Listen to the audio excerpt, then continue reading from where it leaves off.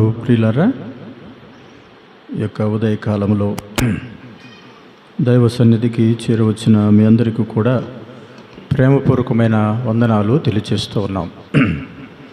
మరి ప్రత్యేకంగా ఆహ్వానం తెలియజేసినటువంటి దైవ సేవకులకు, సంఘ పెద్దలకు, పరిచర్య చేస్తున్న వారికి, గృహ నిర్వాహకులకు అందరికీ కూడా మరి వందనాలు తెలియజేస్తూ ఉన్నాం. మరి నా పేరు అన్న చెప్పాడు, ఎజ్రా శాస్త్రి. మాది సొంతంగా ప్రకాశం జిల్లా తిమ్మసముద్రం అనే గ్రామం. అంటే తిమ్మసముద్రం అంటే చాలామందికి తెలిసే ఉంటుంది. దైవజనులు జి రాజారావు గారు వారు ప్రభు సన్నిధికి వెళ్ళారు. వారి సొంత గ్రామం. మరి వారి యొక్క పుస్తకాలు కూడా నేను కొన్ని ఆయన చెప్తూ ఉంటే రాసిన వాడిని. అయితే ప్రియులారా, మరి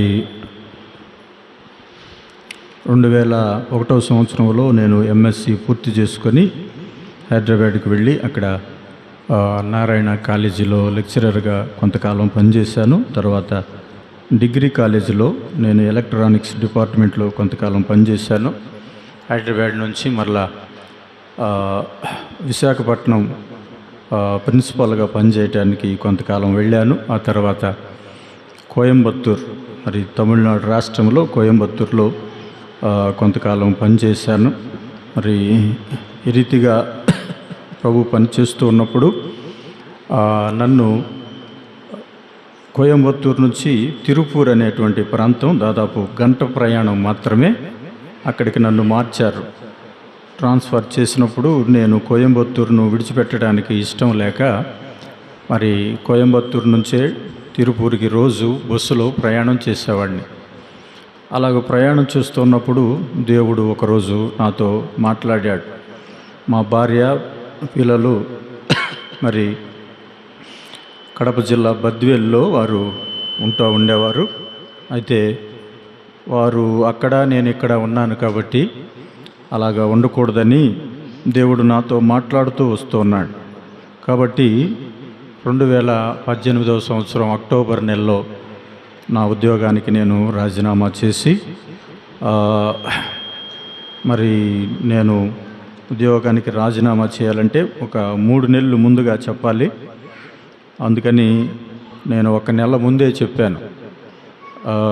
చెప్పినప్పుడు మరి వారు ఒప్పుకోలేదు నన్ను పంపించడానికి. ఒక వారం రోజుల తర్వాత మరలా వెళ్తే నాకు ఒక 60 నుంచి 70 వేల రూపాయలు వాళ్ళు నాకు ఇవ్వాలి. మరి అది ఇస్తారో ఇవ్వరో అని ప్రార్థన చేసుకొని నేను వెళ్ళాను. వెళ్ళిన తర్వాత అక్కడున్నటువంటి చైర్మన్ గారు నన్ను లోపలికి పిలిచారు. పిలిచిన తర్వాత నేను వెళ్ళినప్పుడు ఆయన నిలబడి నా 25 సంవత్సరాల సర్వీస్లో మీలాంటి సార్ని నేను చూడలేదండి అని తన లాల్చీలో నుంచి నాకు ఇవ్వాల్సిన డబ్బు అంతా చేతిలో పెట్టి మీరు మరలా ఎప్పుడైనా రావాలనుకుంటే మా దగ్గరికి రండని ఆయన నాకు అలాగ తెలియచేశారు. కారణం ఏమిటంటే నా యొక్క క్లాసులు కూడా ఆయన సీసీ కెమెరా ద్వారా వింటూ ఉండేవాడు. కాబట్టి ఆ రీతిగా మరి ఇక్కడికి వచ్చిన తర్వాత నేను కొద్ది రోజులు ప్రార్థన చేసుకుంటూ ఉన్నప్పుడు దేవుని చిత్తాన్ని బట్టి ఆర్టీపీపీ అంటే చాలామందికి తెలియదు. నువ్వు ఎక్కడ పని చేస్తున్నావంటే నేను ఆర్టీపీపీ అంటే ఏందన్నా ఇది ఊరి పేరులాగా లేదు కదా అని ఉంటారు. అయితే ఆ ప్రాంతం పేరే ఆర్టీపీపీ, అనగా రాయలసీమ థర్మల్ పవర్ ప్రాజెక్ట్ అని. మనకు విద్యుత్తు సరఫరా మరి మన ఆంధ్రప్రదేశ్ రాష్ట్రానికి అంతటికీ 3 కేంద్రాలు ఉన్నాయి. ఒకటి విజయవాడలో VTPS అని, తర్వాత నెల్లూరులోను, తర్వాత నేనున్నటువంటి ఆర్టీపీపీ పొద్దుటూరుకి 10 కిలోమీటర్ల దూరంలో ఉన్నది. అక్కడ మరి స్థానిక సంఘం బ్రదర్ అండ్ క్రిస్టియన్ అసెంబ్లీ అక్కడ ఉన్నది. మరి అక్కడ 2018 సంవత్సరం డిసెంబర్ 2వ తారీఖున నేను సేవకు రావటం జరిగింది. పిల్లరా మరి ఒక భార్య, ఒక కుమారుడు, ఒక కుమార్తె. బాబు బిఎస్సి నర్సింగ్ విజయవాడ నిమ్రా కాలేజీలో సెకండ్ ఇయర్ చదువుతున్నాడు. పాప ఇంటర్మీడియట్ అయిపోయి మరి ఎంసెట్ అలాగే ఐజర్ అనే కొన్ని ఎగ్జామ్స్ రాసింది. కౌన్సిల్ కొరకు ఎదురు చూస్తూ ఉంది. మా కుటుంబం కొరకు మీరు ప్రార్థన చేయండి. మరి సమయము అయిపోతూ ఉంది కాబట్టి వచ్చిన ఉద్దేశం మరి వాక్య పరిచర్య కాబట్టి మనము త్వరగా వాక్యంలోకి వెళదాం. సహోదరులు అక్కడ వాటర్ బాటిల్ ఉంది, తీసుకుని రండి. దేవుని వాక్యాన్ని మనం చదువుకుందాం. మనందరికీ తెలిసినటువంటి లేఖన భాగం. మరి చూడకుండా చెప్తారో చూసి చెప్తారో, చూడకుండా చెప్తారో చూసి చెప్తారో అనగానే బైబిల్ తీస్తున్నారు అందరూ రెడీగా.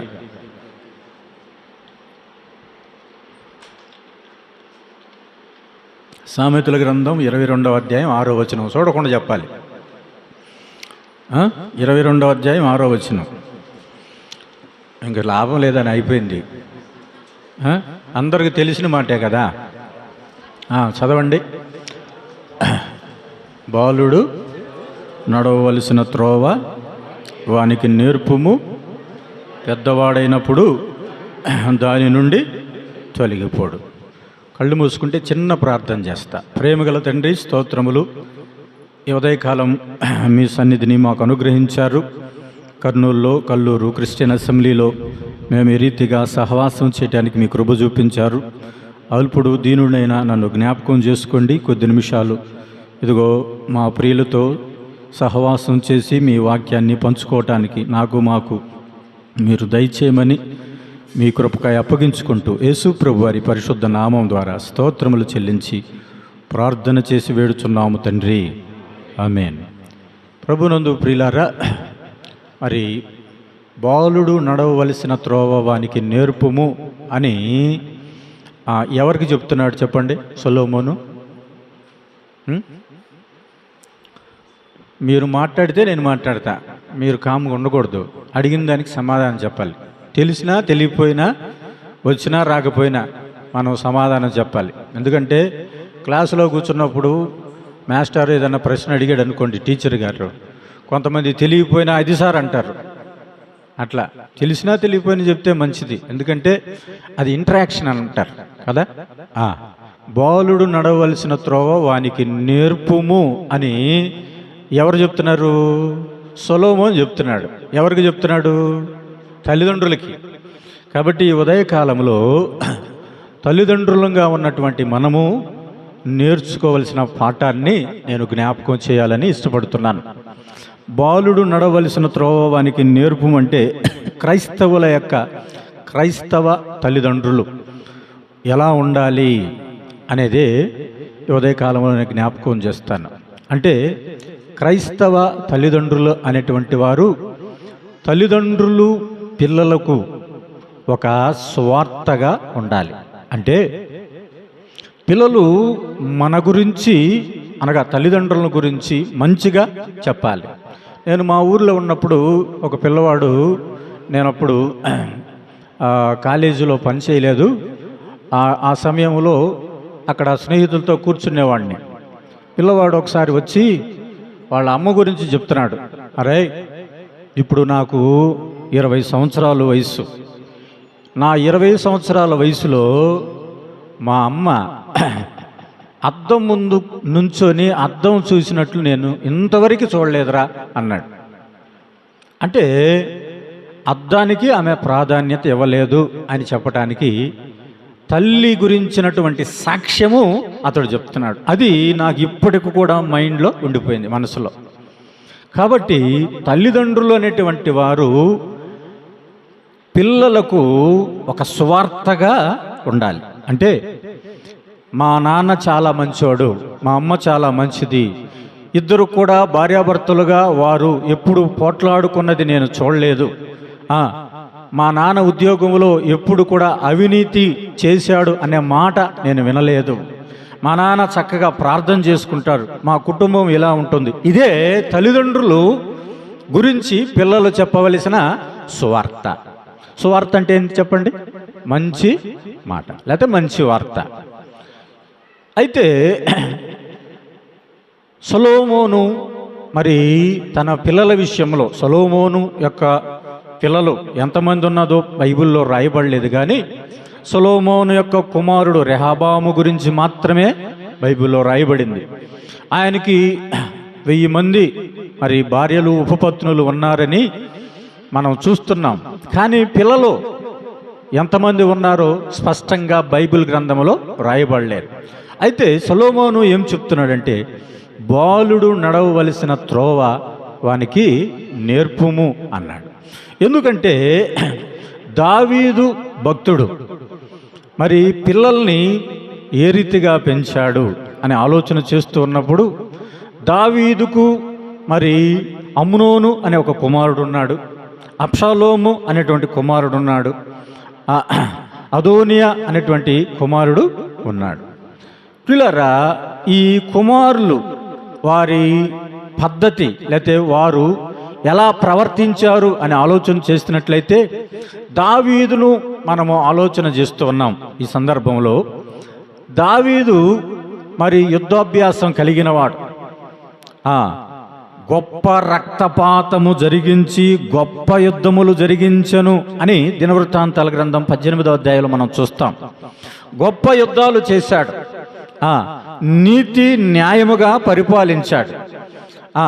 అనగా దావీదును గురించి మనం ఆలోచన చేస్తున్నప్పుడు, దావీదు రాజుగా సింహాసనం మీద కూర్చుండి న్యాయ పరిపాలన చేశాడు, న్యాయం చేశాడు, యుద్ధాలు జరిగించాడు.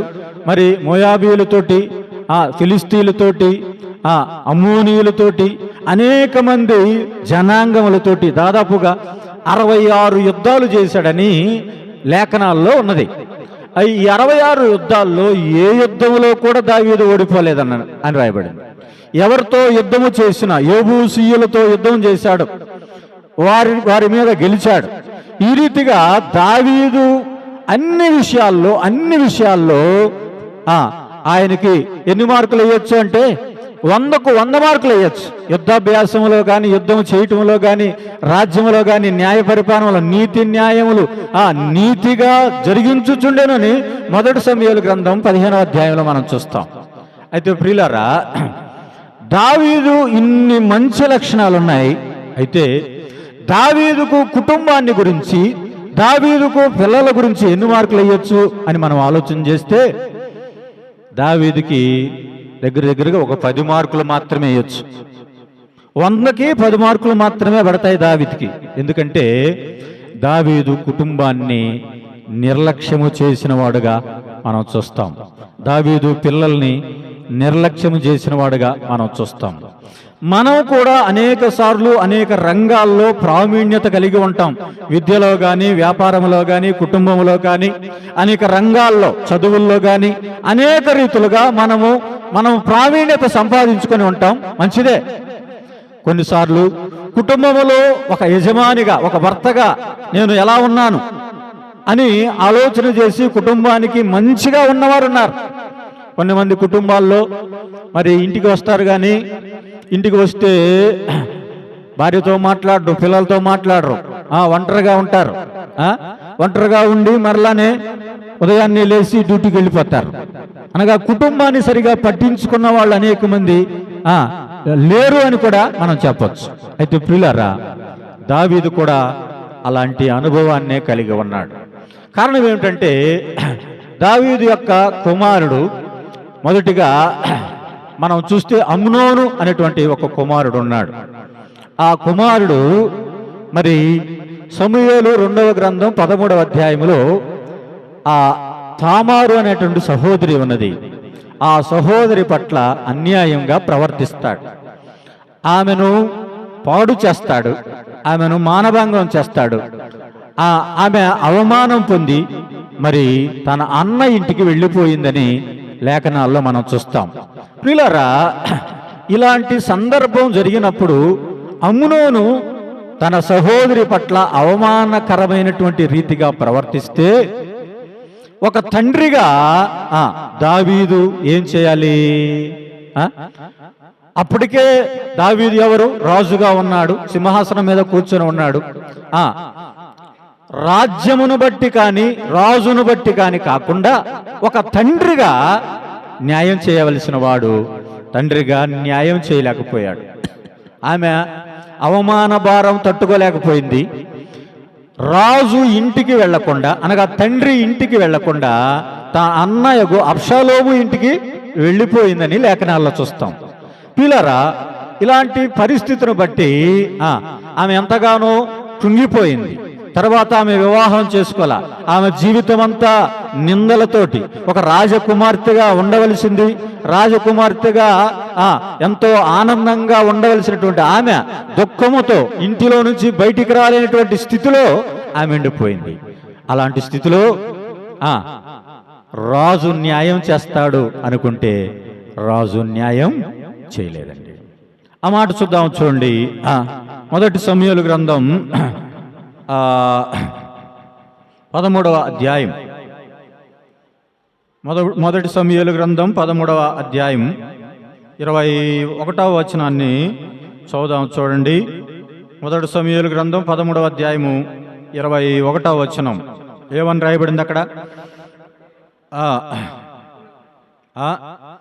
క్షమించండి, రెండవ సమూయేలు గ్రంథం 13వ అధ్యాయము 21వ వచనం.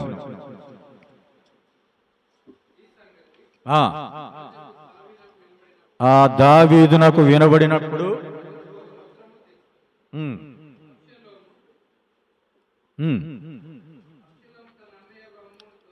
కాదు, ఈ సంగతి రాజుకు దావీదునకు వినబడినప్పుడు అతడు బహు రౌద్రము.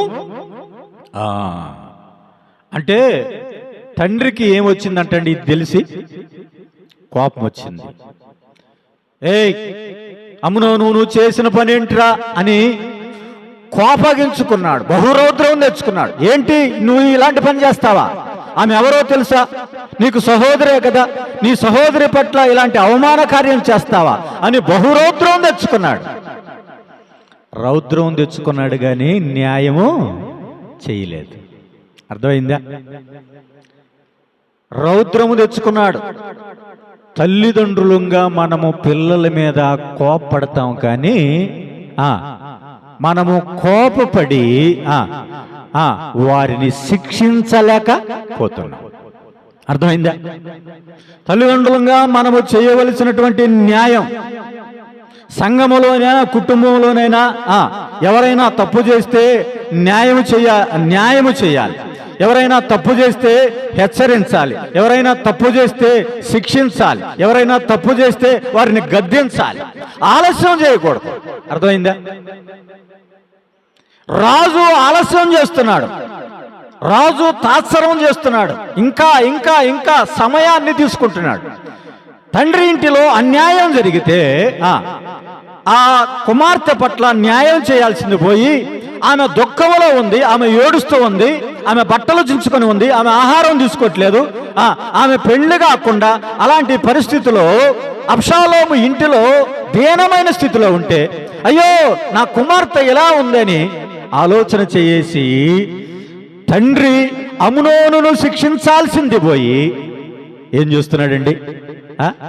తండ్రి కోపపడ్డాడంతే. అమ్నోనును శిక్షించను అని రాయబడింది ఎక్కడైనా?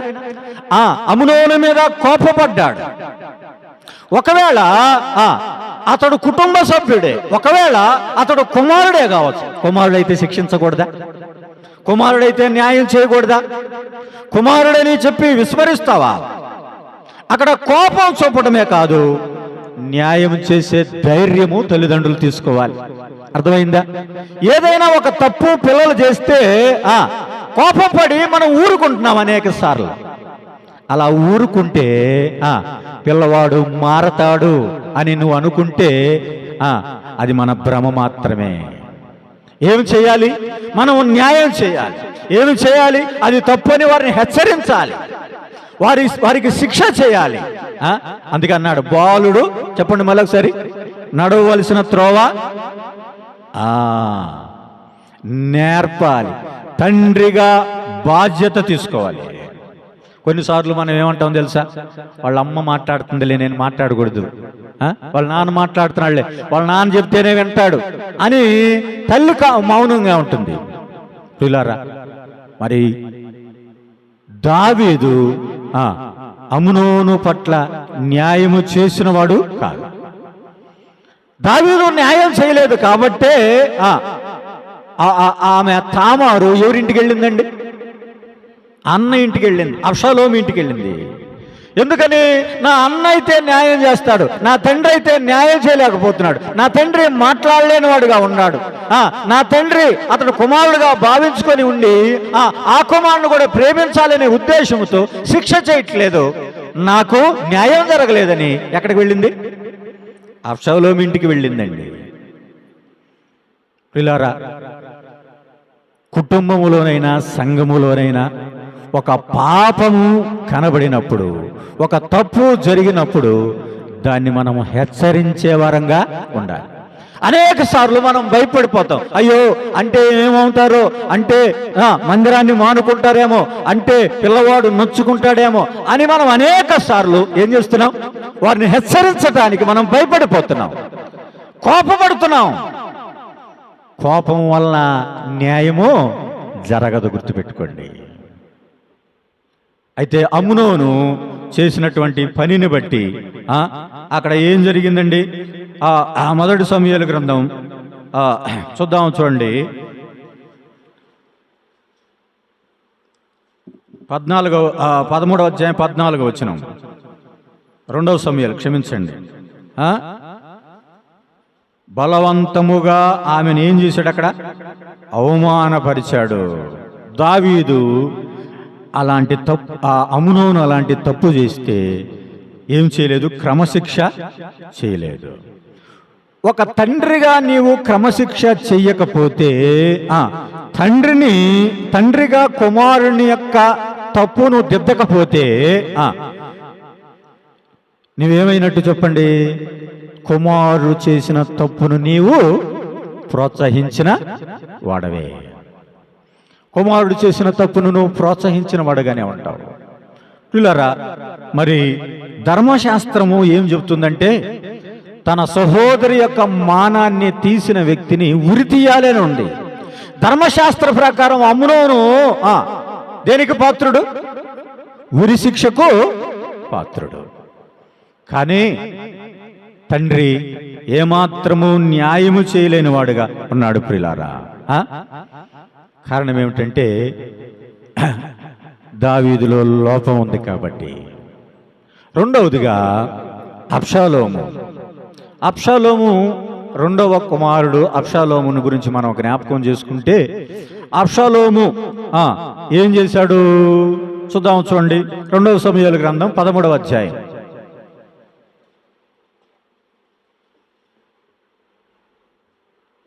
28వ వచనం.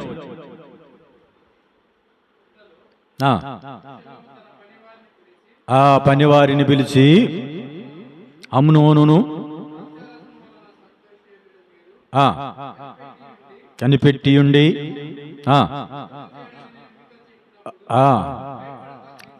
మీరు భయపడకుండా చంపండి అంటున్నాడండి. ఎవరు? అబ్షాలోము ఏం చేస్తున్నాడు ఇప్పుడు? తండ్రి శిక్ష విధించలేదు కాబట్టి అబ్షాలోము నా చెల్లికి అన్యాయం జరిగిందని మనసులో కోపం పెట్టుకొని ఇప్పుడు ఏమంటున్నాడంటే, మీరు రాజకుమారులుగా అక్కడ కూడుకొని ఉంటారు, వారికి ద్రాక్షారసం తాగించండి, వారిని మత్తులుగా చేయండి. మత్తులుగా చేసిన తర్వాత అమ్నోను కనబడితే అతనిని కనికరించక రౌద్రం తెచ్చుకొని, కోపం తెచ్చుకొని అతను చంపించి వేయండి. చెప్పింది ఎవరు? నేనే. మీరు భయపడొద్దు, మీరు వెళ్ళండి, అతన్ని చంపండి. ఎవరు చంపారు, ఎందుకు పంపారు అని మీరు ఏమాత్రం ఆలోచించొద్దు, మీరు వెళ్ళి అమ్నోను చంపండి అని చెప్పగానే వెళ్ళి ఎవరినైతే నియమించాడో వారందరూ వెళ్ళి ఆ అమ్నోను మీద పడి అతన్ని హతమార్చారు. అమ్నోనును వారు ద్రాక్షారసము చేత మొత్తుణ్ణి చేసి, నువ్వు రా, నేను పిలుస్తున్నాను రా, నీకు విందు చేయాలనుకుంటున్నాను రా అంటే, లేదు లేదు నాన్న పంపిస్తేనే వస్తా, తండ్రి గారు పంపిస్తేనే వస్తా అని తండ్రి గారి దగ్గరికి పోయి పర్మిషన్ తీసుకున్నాడు. అమ్నోను పంపించవా, మేము రాజకుమారులు అందరం కూర్చుంటున్నాం, గెట్ టుగెదర్ చేసుకుంటున్నాం, అందరూ కూర్చొని మాట్లాడుకోవాలి, రాజకుమారులందరం ఒక చోట కూర్చుంటున్నాం అని చెప్పినప్పుడు వెళ్ళు వెళ్ళు అని అమ్నోనును కూడా రాజు పంపించాడు. ఇదే అవకాశంగా చూసుకొని అబ్షాలోము ఏం చేశాడు, వారిని పంపించి వారి మీద పడి వారిని ఆ గుర్రాల మీద వెళ్ళి వారిని హతమార్చాలని వెళ్ళినప్పుడు రాజకుమారులందరూ పారిపోయాడు. బాగా మత్తుగా ఉన్నటువంటి అమ్నోను మీద పడి అతన్ని ఏం చేశారు, చంపేసేశారు పిల్లారా. ఇప్పుడు చంపేసిన తర్వాత గెషూరు రాజు అయినటువంటి తల్మయి అని ఆయన దగ్గరికి వెళ్ళి దాక్కున్నాడు. చంపించింది ఎవరంటే అబ్షాలోము అనే సంగతి దావీదు రాజుకు తెలిసింది. దావీదుకు తెలిసి ఇప్పుడు అబ్షాలోము కోసం ఎదురు చూస్తున్నాడు. అబ్షాలోము ఎందుకు చంపాడు అని బట్టలు చించుకున్నాడు. అబ్షాలోము ఎందుకు చంపాడని రాజకుమారుల నిమిత్తం ఏడవటం ప్రారంభించాడు. అలా ఏడవటం ప్రారంభిస్తే 3 సంవత్సరాలు అయిపోయింది. అరే అమ్నోను మీద మనసు పోయింది, అమ్నోను గురించి దుఃఖం చేయటం మానేశాడు, అమ్నోను గురించి ఏడవటం మానేశాడు అని తెలుసుకొని మరలా యెరూషలేముకు వచ్చాడు. గెషూరు రాజు దగ్గర నుంచి మరలా యెరూషలేముకు వచ్చి రాజు ముఖ దర్శనం చేయకుండా అక్కడే ఉన్నాడు. అయ్యా నేను రాజు పిలుస్తున్నాడంటే రావటానికి ఇష్టపడలేదు. అయితే మరి యోవాబును పిలిపించి నువ్వు నా కుమారుడైన అబ్షాలోము తీసుకొని రా అన్నప్పుడు అబ్షాలోము రాజు ఎదుటికి వచ్చాడు. పిల్లరా, రాజు ఎదుటికి వస్తే ఇప్పుడు ఏం చేయాలి? ఎరా వాడిని చంపుతావా? నీ సహోదరుని నువ్వు చంపుతావా? ఎందుకు చంపావురా? నేను చంపలేక, నేను శిక్ష విధించలేక నేను చంపేవాడిని కదా, నేను రాజుగా ఉన్నాను కదా, నేను న్యాయం చేసేవాడిని కదా అనాలి కదా. అనకుండా రెండవసారి దావీదు అబ్షాలోముని ఏం చేస్తున్నాడంటే ముద్దు పెట్టుకుంటున్నాడండి. అంటే మొదట అమ్నోను తప్పు చేస్తే క్షమించాడు, రెండవసారి అబ్షాలోము తప్పు చేసినా ఏం చేస్తున్నాడు చెప్పండి చెప్పండి అబ్షాలోమును కూడా క్షమిస్తున్నాడు. అబ్షాలోమును ముద్దు పెట్టుకుంటున్నాడండి. అబ్షాలోము మీద ప్రేమ కలిగి అబ్షాలోమును ప్రేమించి అబ్షాలోమును కౌగిలించుకొని అబ్షాలోమును ముద్దు పెట్టుకుంటున్నాడు. అబ్షాలోము ఎందుకు వచ్చాడో, అబ్షాలోము రాజు ముఖం ఎందుకు దర్శనం చేసుకున్నాడో రాజు గుర్తించలేకపోయాడు. గుర్తించలేక ఏం చేస్తున్నాడండి, ముద్దు పెట్టుకున్నాడు. ఆ తర్వాత 15వ అధ్యాయంలో మనం చూస్తే అబ్షాలోము ఏం చేస్తున్నాడో తెలుసా? రాజుకు వ్యతిరేకమైన కార్యక్రమాలు చేయటం ప్రారంభించాడు. రాజుకు వ్యతిరేకమైన కార్యక్రమాలు చేసి అనేకమైనటువంటి అబ్షాలోము ఇంటికి తిరిగి వచ్చిన సంగతిని బట్టి ఎందుకు వచ్చాడంటే అబ్షాలోము పశ్చాత్తాపపడి రాలేదు. తండ్రి ఇంటికి ఎవరైనా రావాలంటే ఎలా రావాలి చెప్పండి?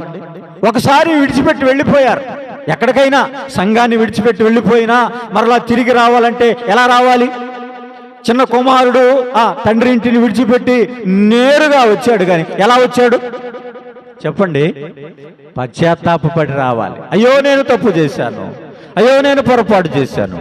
కానీ అబ్షాలోము పశ్చాత్తాపముతో తండ్రి దగ్గరికి రాలా. రాజ్యము మీద మక్కువ కలిగి తండ్రి రాజ్యాన్ని నేను తీసుకోవాలి అని రాజ్యము మీద ప్రేమ కలిగి అబ్షాలోము వచ్చాడు. అబ్షాలోము నిజంగా తండ్రిని గౌరవించకుండా ఏం చేశాడు? తిరుగుబాటు చేశాడు. తండ్రి ప్రేమిస్తున్నాడు కదని తండ్రి ప్రేమను బలహీనంగా తీసుకున్నాడండి అబ్షాలోము. చాలామంది తల్లిదండ్రులు మా నాన్న ఏమండు, మా అమ్మ ఏమందు, ఎక్కడికి పోయేవరా అని అడగరు నన్ను. కాలేజీకి పోయే వచ్చావా అని అడగరు నన్ను. కాబట్టి నన్ను ఏమడగరు. కాబట్టి నా తల్లిదండ్రుల ప్రేమను నేను ఏం చేసుకోవాలి? క్యాష్ చేసుకోవాలి. చాలామంది పిల్లలు అలా ఉన్నారు లేదా? మా అమ్మ నన్ను ఏమందు, మా నాన్న నన్ను ఏమండు కాబట్టి ఆ తల్లిదండ్రుల ప్రేమను బలహీనంగా మార్చుకునేవారు ఉన్నారు. తల్లిదండ్రుల ప్రేమను వారి బలహీనతగా మార్చుకునేవారు ఉన్నారు. అబ్షాలోము కూడా అలాగే చేస్తున్నాడండి. మా నాన్న నన్ను ఏమండు, నా మీద ప్రేమ కలిగి ఉన్నాడు, నా మీద మనసు కలిగి ఉన్నాడు, నా మీద దుఃఖం కలిగి ఉన్నాడు, నేను రాకపోతే ఏడుస్తున్నాడు అన్న సంగతి, నేను లేకపోతే నా గురించే తలంపులు కలిగి ఉన్నాడు. అబ్షాలోము మీద ప్రేమ ఎక్కువగా ఉంది. ఆ ప్రేమను ఏం చేసుకున్నాడు? బలహీనతగా చేసుకున్నాడు. తల్లిదండ్రుల ప్రేమను చిన్నపిల్లలు, కుమారులు ఏం చేసుకోకూడదు చెప్పండి? బలహీనతగా చేసుకోడు. మీ అమ్మ నిన్ను ప్రేమిస్తుంది, మీ నాన్న నిన్ను ప్రేమిస్తున్నాడంటే దేన్ని బట్టి? నీవు కుమారులని ప్రేమిస్తున్నాడు, నీవు ప్రయోజకుడు కావాలని ప్రేమిస్తున్నాడు, నీవు అందరికంటే ఉన్నతమైన స్థితిలో ఉండాలని నిన్ను ప్రేమిస్తున్నాడు. నీవు పొరపాట్లు చేస్తున్నా నిన్ను ప్రేమిస్తున్నారంటే కారణం ఏంటి? నువ్వు పొరపాట్లు మరలా తిరిగి చేయమని కాదు. అయితే అబ్షాలోము ఏం చేస్తున్నాడండి? తల్లిదండ్రుల ప్రేమను బలహీనంగా చేసుకున్నాడు. తండ్రిని అవమానించాడు, తండ్రికి పరాభవం కలిగించాడు, తండ్రి రాజ్యాన్ని తీసుకున్నాడు, తండ్రి ఉపపత్నులను కూడాడు, తండ్రికి మనసు నెమ్మది లేకుండా చేశాడు, తండ్రిని అడవుల పాలు చేశాడు, తండ్రి తల ఎత్తుకొని లేనివాడుగా చేశాడు, తండ్రికి ఆహారం లేకుండా, తండ్రికి సింహాసనం లేకుండా, తండ్రికి రాజ్యం లేకుండా అయ్యో అంటూ ఏడుస్తూ, కాలికి చెప్పులు లేకుండా ఏడుస్తూ, తల మీద ముసుగు వేసుకుని తల ఎత్తి చూడలేని వాడుగా ఎంతో దిగులు చెందుతూ ఏడుస్తూ ఉన్నాడు. దీనికి కారణం ఎవరు చెప్పండి? కుమారుడే. ఎంతగానో ప్రేమించాడు కదా, ఎంతగానో ప్రేమించాడు కదా. అయ్యా, మీ అమ్మ నేను ఎంతో ప్రేమిస్తుంది, మీ నాన్న ఎంతగానో ప్రేమిస్తున్నాడు కదా, అయినా కూడా తల్లిదండ్రులకు అవమానం తెస్తున్నావా? అయినా కూడా తల్లిదండ్రులకు భారంగానే ఉంటున్నావా? ఇప్పుడు ఎలా మారిపోయిందంటే అబ్షాలోము రాజ్యము దావీదు రాజ్యముగా మారిపోయింది. రాజ్యము రెండుగా మారిపోయింది. హెబ్రోనుకు వెళ్ళి ప్రతి వారి చెయ్యి ముద్దు పెట్టుకొని, ఇదిగో రాజు ముసలోడైపోయాడు, రాజు న్యాయం చేయలేకపోతున్నాడు కాబట్టి ఆయన దగ్గరికి వెళ్ళబోకండి, ఆయన దగ్గరికి వెళ్తే మీకు న్యాయం జరగదు, నా దగ్గరికి రండి, అందరిని రప్పించుకొని, గుర్రాలను, రథాలను, రౌతులను అన్నిటిని రప్పించుకొని ఒక సపరేట్ రాజ్యం ఏర్పరచుకొని రాజును రాజ్య అనగా ఆ యెరూషలేము పట్టణములో ఉండకుండా ఆయన్ని తరిమివేశాడు. రాజును రాజనగరిలో ఉండకుండా ఏం చేశాడు? తరిమివేశాడు. ఇప్పుడు దావీదుకి ఏమి లేదండి? రాజ్యం లేదు. దావీదుకి ఏమి లేదండి? సింహాసనము లేదు. సొంతగా బాగా ఎక్కువగా బాగా ప్రేమించినటువంటి కుమారుడు. ప్రియులారా,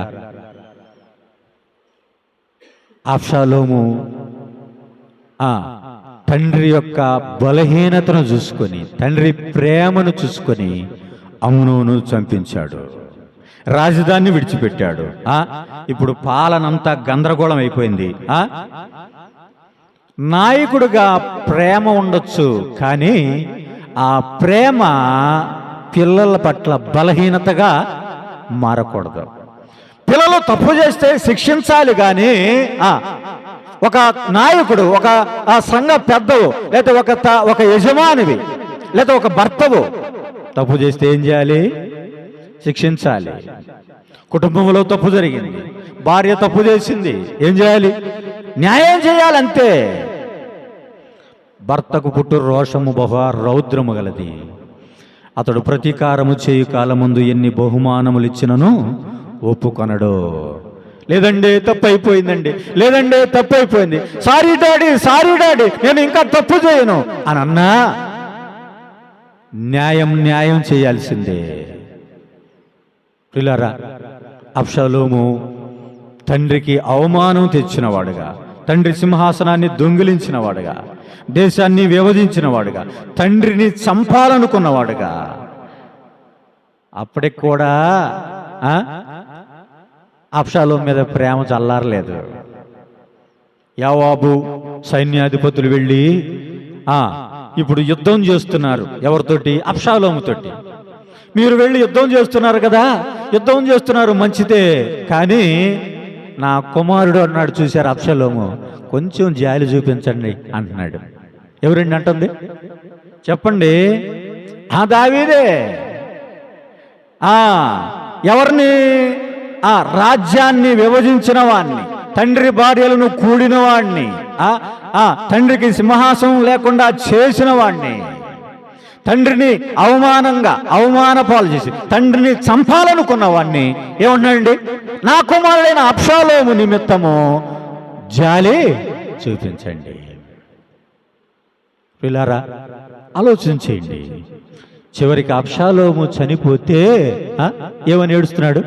నా కుమారుడా అబ్షలోమా, నీకు బదులుగా నేను చనిపోయి ఉంటే ఎంత బాగుండని ఏడుస్తున్నాడు. నిజంగా ఇది తండ్రి ప్రేమే కావచ్చు, కానీ తండ్రి పిల్లలు తప్పు చేసినప్పుడు ఏం చేయాలి? మరొకసారి ఏమన్నాడు చదవాలి. బాలుడు నడవలసిన త్రోవ వానికి నేర్పాలి అన్నాడు. ఇక మూడవ కుమారుడు ఎవరు? అదోనియా. ఈ అదోనియా కూడా తప్పు చేశాడు. అప్పటికే రాజు ఇంకా ముసలివాడైపోయాడు.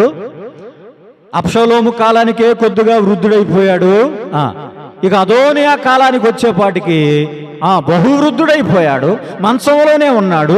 మంచంలోనే ఉంటే అభిషగు అనేటువంటి ఒక చిన్నదాన్ని తీసుకొని వచ్చి ఎక్కడ పెట్టారు? రాజు కౌగిట పెట్టారు. రాజు కౌగిట పెడితే ఇప్పుడు ఏం చేస్తున్నాడు? అదోనియా వెళ్ళి సొలొమోను దగ్గరికి వెళ్ళి, సొలొమోను రాజ్య పరిపాలన చేస్తున్నాడు కదా, బెత్షెబాను తీసుకుని వెళ్ళి బెత్షెబాను తీసుకుని వెళ్ళి రాజ్య పరిపాలన చేస్తున్నటువంటి సొలొమోను సింహాసనం మీద కూర్చొని ఉంటే, అయ్యా అభిషగును నాకిచ్చి పెళ్లి చేయమను అని కోరుతున్నాడు. ఏమని కోరుతున్నాడండి? అభిషగును నాకిచ్చి పెళ్లి చేయమను. పిల్లారా, అదోనియా చేసిన పాపాన్ని దావీదు క్రమపరచలేదు. చూడండి, రాజుల మొదటి గ్రంథం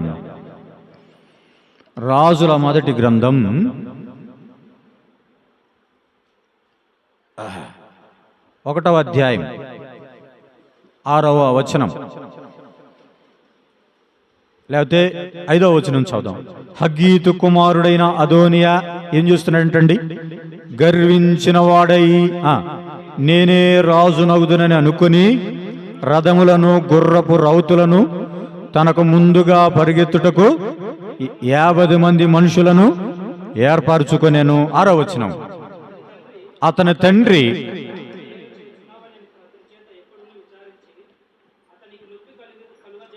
చూసారా? తండ్రి అంటే దావీదు. అతని తండ్రి చదవండి అన్నమాట. ఏమన్నాడు?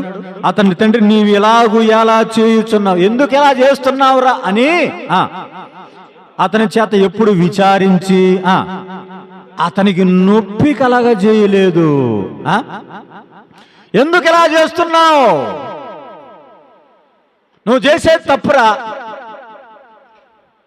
రాజ్యాన్ని తీసుకోవాలన్నటువంటి కాంక్ష కలిగి అదోనియాని పెళ్లి చేసుకుంటే ఆ దినాల్లో ఆమె ఉపపత్నిలాగా ఉన్నది కాబట్టి రాజు ఆమెను కొడలేదు, కానీ ఆమె ఉపపత్నిగా రాజభవనంలోనే ఉన్నది కాబట్టి ఆమెను పెళ్లి చేసుకుంటే రాజ్యం నాకు వస్తుంది అని ఆమెను కావాలని కోరుకున్నాడు. అందుకు రాజు అవటానికి అన్నిటినీ సిద్ధం చేసుకున్నాడు. గుర్రాలని, రౌతులను అన్నిటినీ సిద్ధం చేసుకుని వస్తే రాజు ఏం చేయాలి? రాజుగా న్యాయం చేయాలి. కానీ ఏమని రాయబడిందండి అక్కడ? అతని తండ్రి ఎందుకు ఎలాగో చేయుచున్నావని అతనికి నొప్పి కలగ చేయలేదు. 2వ అధ్యాయం 18వ వచనం, అక్కడే 2వ అధ్యాయం 18వ వచనం, మొదటి రాజుల గ్రంథం 2వ అధ్యాయము 18వ వచనం.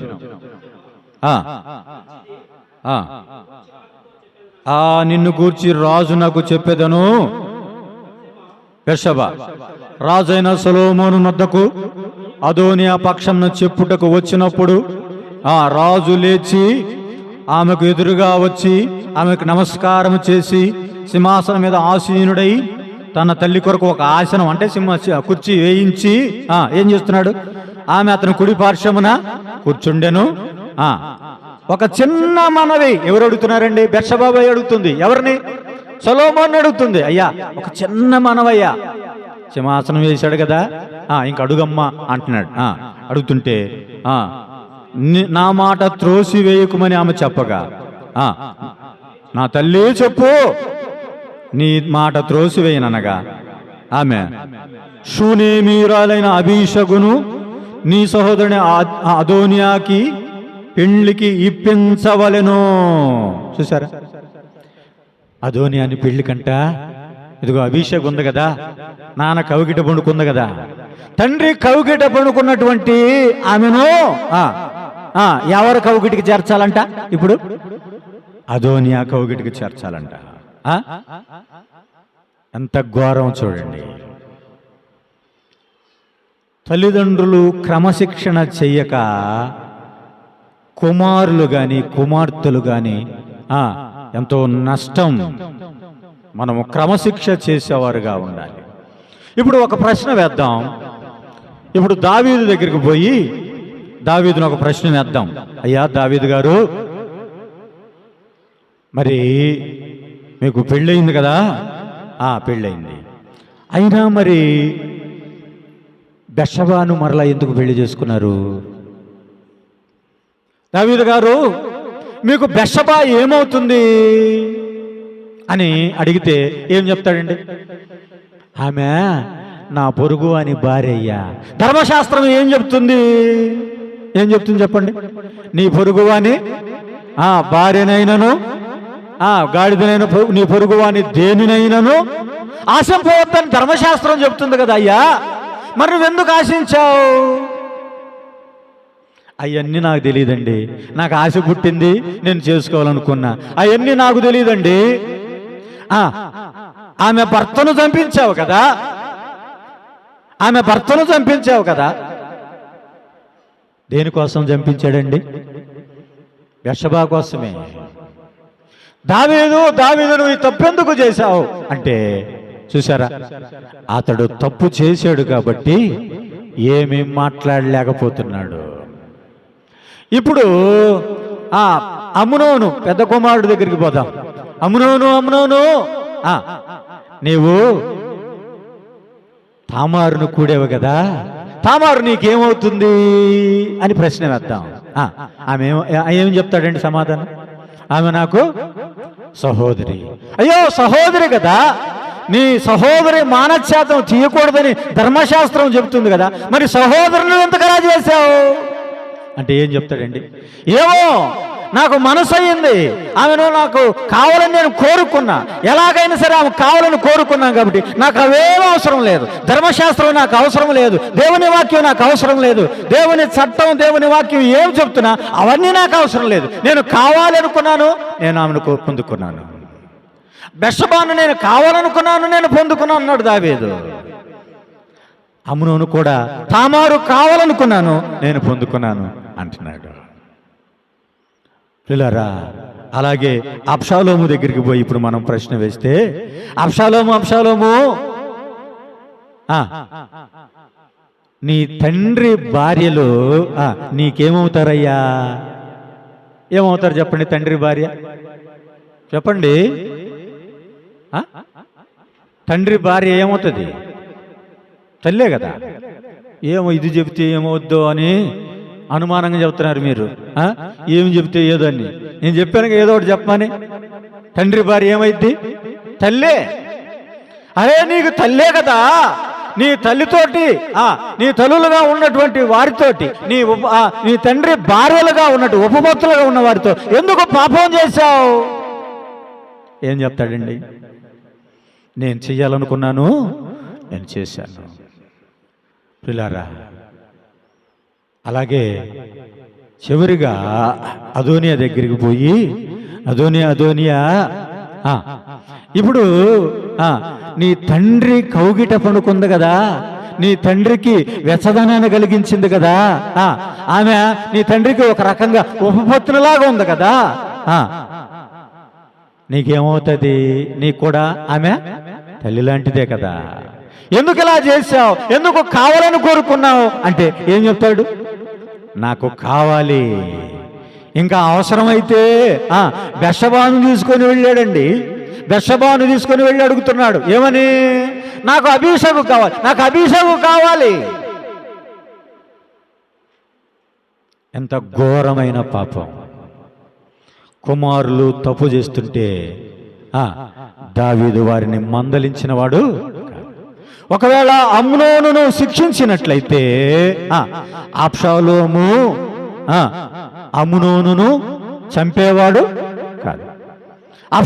అమ్నోనుకు ఏదైనా ఒక శిక్ష విధించినట్లయితే, ఇదిగో నా సహోదరు పట్ల ఇలా చేశాడు కాబట్టి నా తండ్రి శిక్ష విధించాడు, నా తండ్రి నాకు న్యాయం చేశాడు కాబట్టి నేను ఇంకా చేయాల్సిన పని లేదని అబ్షాలోము మౌనంగా ఉండేవాడు. తండ్రి చెయ్యలేదు కాబట్టి ఏం చేశాడండి? అబ్షాలోము అమ్నోనును చంపించాడు.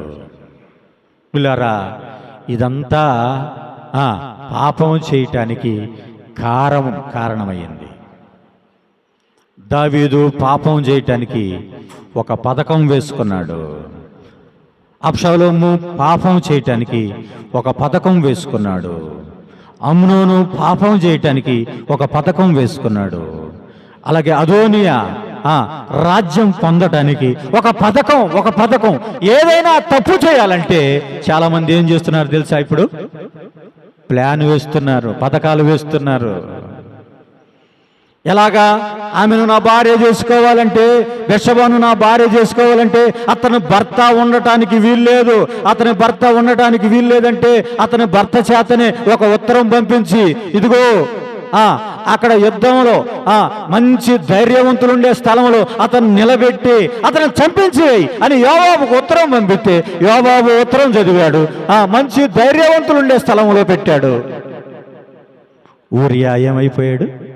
చచ్చిపోయాడు. భర్తను చంపేసిన తర్వాత నెమ్మదిగా పరిహారం చెల్లించి నెమ్మదిగా ఆమెను తన ఇంట చేర్చుకున్నాడు, తన భార్యగా చేర్చుకున్నాడు. ఇదంతా ఏం జరిగింది చెప్పండి? ఒక ప్లాన్, ఒక పథకం. చాలా మంది యవనస్తులు ఈ దినాల్లో ఏం చేస్తున్నారు తెలుసా? పథకం వేస్తున్నారండి. ఆ అమ్మాయితో ఎలా మాట్లాడి, ఆ అబ్బాయితో ఎలా మాట్లాడాలి, పథకాలు వేస్తున్నారు. ప్రియులారా, బాలుడు నడవలసిన త్రోవను మనం నేర్పించాలి. నేర్పిస్తున్నామా? తల్లిదండ్రులుగా మనము బాధ్యత కలిగి ఉన్నాం, కానీ భారం కలిగి ఉన్నాం. కానీ అరే అట చదువురా, ఇట చదువురా, వాడికి ఎన్ని మార్కులు వచ్చినాయి, ఇన్ని మార్కులు వచ్చినాయని చెప్తున్నావు, కానీ దేవుని వాక్యం చదవమని చెప్తున్నావా? దేవుని వాక్యం మనం చదవమని చెప్పం. ఎందుకని? మనమే చెప్పండి, మనమే చదవం. ప్రార్థన చేసుకోరా, మనమే ప్రార్థన చేసుకోం. తల్లిదండ్రులుగా మనం ఓడిపోయిన వారమే. ఎందుకంటే ఇది దావీదు చేసిన పాపం. దావీదు బెత్షెబా పట్ల పాపం చేశాడు కాబట్టి బెత్షెబాను అన్యాయముగా లేదా బెత్షెబాను అక్రమముతో సంపాదించుకున్నాడు కాబట్టి ఆ పాపం చేశాడు. కాబట్టి ఇప్పుడు అమ్నోను పోయి పాపం చేస్తే ఏం చేయలేదండి? నోరు తెరవల. ఎందుకని? నువ్వు చేయలేదా, నువ్వు పాపం చేయలేదా అని కుమారుడు అంటాడని ఏమైంది? ఇప్పుడు తండ్రి నోరు తెరవలేదండి. అబ్షాలోము దగ్గరికి పోయి ఎందుకురా చంపించావు అంటే, నువ్వు చంపలేదా, ఊరియాని ముందు పెట్టి చంపించావు కదా అంటాడని ఏం చేశాడండి? మౌనంగా ఉన్నాడండి. పాపం చేసినప్పుడు పాపాన్ని ఖండించలేకపోతున్నామంటే కారణం ఏంటి చెప్పండి? తల్లిదండ్రుల యొక్క పాపమే. తల్లిదండ్రులు ఒక పాపాన్ని ఖండించలేకపోతున్నారంటే వారిలో ఏముంది? నేను తప్పు చేశా. పిల్లోడు సిగరెట్ తాగుతుంటే రే అటు తాగకూడదు అని చెప్పలేడు. కారణం ఏంటి చెప్పండి? తండ్రి పెట్లు కాలుస్తున్నాడు. పెట్లు కాలుస్తూ రే నువ్వు అట్ట చేసావంట, నాకు తెలిసిందిరా అంటే కుమారుడు మానుకుంటాడా? ఆలోచించేయండి. తండ్రి చేసినటువంటి పాపం బట్టి అతడు ఏమీ మాట్లాడలేని వాడయ్యాడు. ప్రియులారా, మరి దావీదు ఒక గొప్ప నాయకుడే, దావీదు గొప్ప పోరాట యోధుడే. దావీదు సింహాసనం మీద కూర్చుంటే అతడు వంటి న్యాయం చేసేవారు ఇంకొకరు లేరు. అటువంటి నీతి న్యాయములు జరిగించేవాడే, యుద్ధాలు చేసిన వాడే, యుద్ధాల్లో గెలిచిన వాడే. కానీ కుటుంబ విషయంలో ఏమైపోయాడు చెప్పండి? ఓడిపోయాడు. అమ్మా, నీ ఉద్యోగంలో గొప్పదానివేమో, నీ ఉద్యోగంలో గొప్పవాడివేమో, నేను చెబితే ఆఫీస్ అంతా గజగజ గడగడ బొణిగిపోతుంది అనుకుంటున్నావేమో, అన్నీ బాగానే ఉన్నాయి, వ్యాపారంలో నువ్వు గొప్పవాడుగా ఉన్నావేమో, అన్ని పరిస్థితుల్లో సేవలో కానీ, పాటల్లో కానీ, ప్రార్థనలో కానీ, పరిచర్యలో కానీ, అన్ని విషయాల్లో నేను పర్ఫెక్ట్ అనుకుంటున్నావు. ఎక్కడ ఓడిపోయావు? కుటుంబంలో నువ్వు ఓడిపోయావు. మొదట ఇంటి వారిని సన్మానించాలి. మొదట పిల్లలకు మనం నేర్పించాలి. నువ్వు ఇంటిలో నీ పిల్లవాడికి ఏమి నేర్పించకుండా నువ్వు నేర్చుకోరా అంటున్నావంటే మనలో బలహీనతలు ఉన్నాయి ప్రియులారా. తండ్రి అపరాధ భావం పిల్లలను శిక్షించలేకపోయింది. ప్రియులారా, మరి సమయం అయిపోతుంది కాబట్టి ఒక మాట నేను జ్ఞాపకం చేస్తా. రోమాపత్రిక 2వ అధ్యాయం, రోమాపత్రిక 2వ అధ్యాయం మొదటి వచనం ఏమనండి? కాబట్టి తీర్పు తీర్చు మనుషుడా, నీవెవడవైనా సరే నిరుత్తరుడవై ఉన్నావు. దేని విషయంలో ఎదుటివానికి తీర్పు తీర్చుచున్నావో దాని విషయంలో నీవే నేరస్తుడివి. అది ఇప్పుడు కుమారులకు శిక్ష చెయ్యలేకపోతున్నాడంటే కారణం ఏంటంటే నీవే నేరస్తుడివి. నీవు సమర్థించలేకపోతున్నావు, లేకపోతే నీవు తప్పును దిద్దలేకపోతున్నావు, నువ్వు హెచ్చరించలేకపోతున్నావు, శిక్ష చేయలేకపోతున్నావు అంటే నీవే నేరస్తుడివి అని చెప్తుంది దేవుని వాక్యం. నువ్వెవరైనా సరే నీవు నిరత్తుడవై ఉన్నావు. ఎవరు చేయగలరు? మరి నీలో తప్పు లేకపోతే నువ్వేం చేస్తావు? గద్దిస్తావు, శిక్షిస్తావు, హెచ్చరిస్తావు అని దేవుని వాక్యం సెలవిస్తావు. అంత ప్రియులారా, చాలాసార్లు దొంగతనం చేయొద్దని మనం చెప్తాం, మనమే దొంగతనం చేస్తాం కదా. ఒక బ్యాంక్ ఆఫీసర్ ఉండేవాడు. వాళ్ళ పిల్లోడిని, చిన్నపిల్లోడు పెన్సిళ్ళు, ఎరేజర్లు అన్నీ వేరే వాడి బ్యాగులో ఉన్నాయి, నీడు తీసుకొని వేసుకునేవాడు అంట. బ్యాగులో ఇంటికి వేసుకొని వస్తే వాళ్ళ పిల్లలేమో మా పిల్లోడు అన్నీ పోతున్నాయి అని కంప్లైంట్ ఇచ్చారు. కంప్లైంట్ ఇస్తే చాలాసార్లు వీడే దొంగతనం చేస్తున్నాడని తెలిసింది. వాళ్ళ నాన్న బ్యాంకులో ఉద్యోగం. మళ్ళీ అప్పుడు అన్నాడంట తండ్రి పిలిచి, ఎరా పెన్సిళ్ళు కావాలంటే, ఎరేజర్ కావాలంటే నన్ను అడగొచ్చు కదా, మా బ్యాంకులో చాలా ఉండి నేను తీసుకొచ్చేవాడిని అన్నాడంటండి. తప్పేమో దిద్దాలని ప్రయత్నం చేస్తున్నాడు, కానీ ఆయన ఏం చేస్తున్నాడు? ఆయనే తప్పు చేస్తున్నాడు. తల్లిదండ్రులంగా పిల్లల్ని మనము ఏం చేయాలంటే శిక్ష చెయ్యాలి, హెచ్చరించాలి, బుద్ధి చెప్పాలి, వారిని ప్రోత్సహించాలి, దేవుని వాక్యాన్ని మనము నేర్పించాలి. ద్వితీయోపదేశకాండం 6వ అధ్యాయంలో ఏమని రాయబడిందంటే పిల్లలకు దేవుని వాక్యాన్ని నేర్పించాలి, దానిని బాసికములాగా తలకు కట్టాలి, చేతులకు కట్టాలి, పండుకున్నప్పుడు నేర్పించాలి. దేవుని వాక్యం నువ్వు నేర్పించాలి. నేర్పించకపోతే ఏం జరిగిద్ది? తల్లిదండ్రులు పిల్లలకు ఆ భయం చెప్పకపోతే ఎఫెసీ పత్రిక 6వ అధ్యాయంలో ఏమని రాయబడిందంటే నీవు దీర్ఘాయుష్మంతుడవగునట్లుగా నీవు నీ తల్లిని తండ్రిని సన్మానించడంలో నేర్పించాలి, గౌరవించడంలోనే నేర్పించాలి. పెద్ద అయిన తర్వాత మీ అమ్మ అంటాడంట ఒక ఆయన, ఇంకో కొడుకు మీ అమ్మ అంటున్నాడంట. చిన్నప్పుడైతే ఒకడు ఆ చేయి పట్టుకొని ఒకడు ఈ చేయి పట్టుకొని మా అమ్మ అన్నాడంట చిన్నప్పుడు. ఇప్పుడు పెద్ద అయిన తర్వాత ఏమంటున్నాడు? ఏ మీ అమ్మ, నువ్వే చూసుకో అన్నారు. సన్మానించట్లేదండి. కొట్టి బయటకు పంపించేవాళ్ళు ఉన్నారు. వారికి వాక్యాన్ని నేర్పించాలి, వారికి బుద్ధి చెప్పాలి, వారికి సన్మానించడం నేర్పించాలి. కీర్తన గ్రంథం ఒక మాట చదువుదాం చూడండి. 78వ కీర్తన,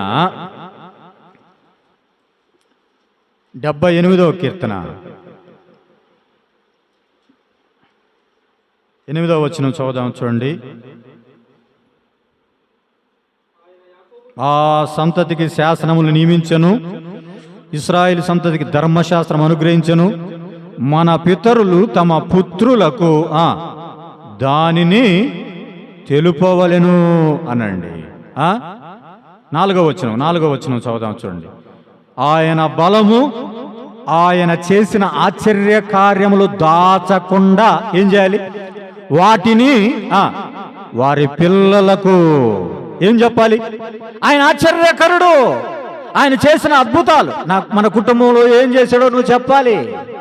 ఆశ్చర్య కార్యాలు, ఎర్ర సముద్రాన్ని ఎలాగ దాటించాడో, మన్నాను ఎలాగ ఇచ్చాడో, ఆశ్చర్యకార్యాలు ఎలాగ చేశాడో, బండ నుంచి నీళ్లను ఎలాగ ఇచ్చాడో, ఆశ్చర్య కార్యాలు పితరులు పిల్లలకు చెప్పాలి. ఆయన ఎలాంటి వాడో చెప్పాలి.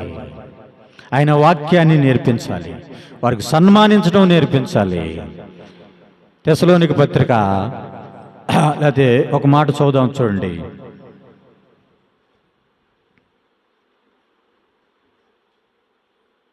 12వ వచనం, 1వ అధ్యాయం 12వ వచనం ఏమనండి? తన రాజ్య దేవునికి తగినట్లుగా మీరు నడుచుకొనవలనని మేము మీలో ప్రతివానిని హెచ్చరించుచు, ధైర్యపరచుచు, సాక్ష్యమిచ్చుచు తండ్రి ఏం చేస్తున్నాడంటండి? తన బిడ్డల ఎడల నడుచుకున్నట్లుగా ఎలాగా? హెచ్చరించుచు, ఇంకా ధైర్యపరచుచు, సాక్ష్యమిచ్చు. పిల్లారా, ఆ కుమారుడైన యేసుక్రీస్తుని గురించి కూడా తండ్రి అదే సాక్ష్యం చెప్పాడు. ఆయన నా ప్రియ కుమారుడు అని తండ్రి సాక్ష్యం. తండ్రికి సాక్ష్యం కుమారుని గురించి మనం చూస్తున్నప్పుడు తండ్రి ఏం చేస్తున్నాడు? ఆ కుమారుని గురించి సాక్ష్యం చెప్పాడు. కుమారుడు తండ్రి గురించి సాక్ష్యం చెప్పాడు. ప్రభువు యెహోవా నాకు వినుబుద్ధి పుట్టింపగా నేను ఆయన మాట విన్నాను, నేను మాటను తొలగిపోలేదు, నా ముఖాన్ని చెక్కుముకురాతిలాగా చేసుకున్నాను. యెషయా గ్రంథం 50వ అధ్యాయం ఆ మాటలు రాయబడ్డాయి. తండ్రి గురించి సాక్ష్యం చెప్పాడు. అలాగే తండ్రి కుమారుని గురించి సాక్ష్యం చెప్పాడు. కాబట్టి తల్లిదండ్రులుగా మనము మన పిల్లలను హెచ్చరించే వారంగాను, ధైర్యపరిచే వారంగాను, బుద్ధి చెప్పే వారంగాను, సన్మానించడం నేర్పించే వారంగాను, ధర్మశాస్త్రము నేర్పించే వారంగా మన తల్లిదండ్రులుగా మనం ఉండాలి.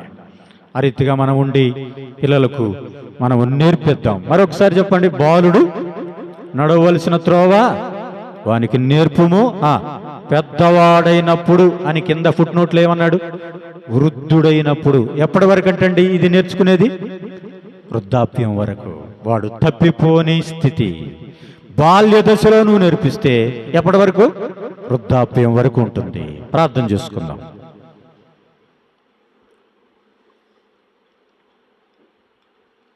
మహిమగల తండ్రి, మీకు స్తోత్రములు. యొక్క మధ్యాహ్న సమయంలో మీ కృప చేత ఇదిగో కల్లూరు క్రిస్టియన్ అసెంబ్లీలో విశ్వాసులు, పెద్దలు, దైవ సేవకులు, నాయన యవనస్తులు అందరిని బట్టి మీకు స్తోత్రం. నాయన తల్లిదండ్రులుగా ఎలాంటి బాధ్యత మేము కలిగి ఉండాలో ఈ ఉదయకాలం మీరు జ్ఞాపకం చేసినందుకై మీకు స్తోత్రం చెల్లిస్తున్నాం. ముందున్న పరిచర్యలో మీరు తోడుగా ఉండండి, సహాయపడమని మీ కృపకై అప్పగించుకుంటూ యేసు ప్రభు వారి పరిశుద్ధ నామం ద్వారా ప్రార్థించి వేడుచున్నాము తండ్రి. ఆమేన్.